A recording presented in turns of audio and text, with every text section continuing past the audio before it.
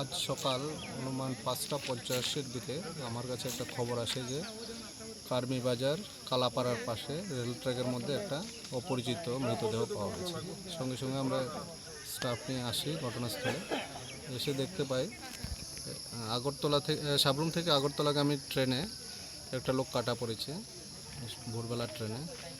তো প্রায় 50 মিটারের মতো ধাক্কা দিয়ে নিয়ে গেছে, মুখ এবং মাথা দুমড়ে মুচড়ে গেছে। তাকে চেনা যায়নি এখনও। এইখানে আরও আগেও এক দুটা সেম ইনসিডেন্ট হয়েছে, রেলের কাটা পড়ে মানুষ মারা গেছে।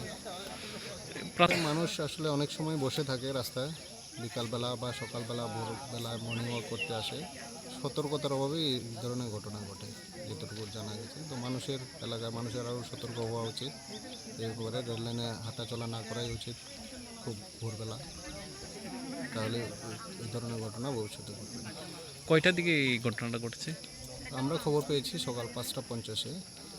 এটা আরও আগে ভোরবেলার দিকে। Thank you.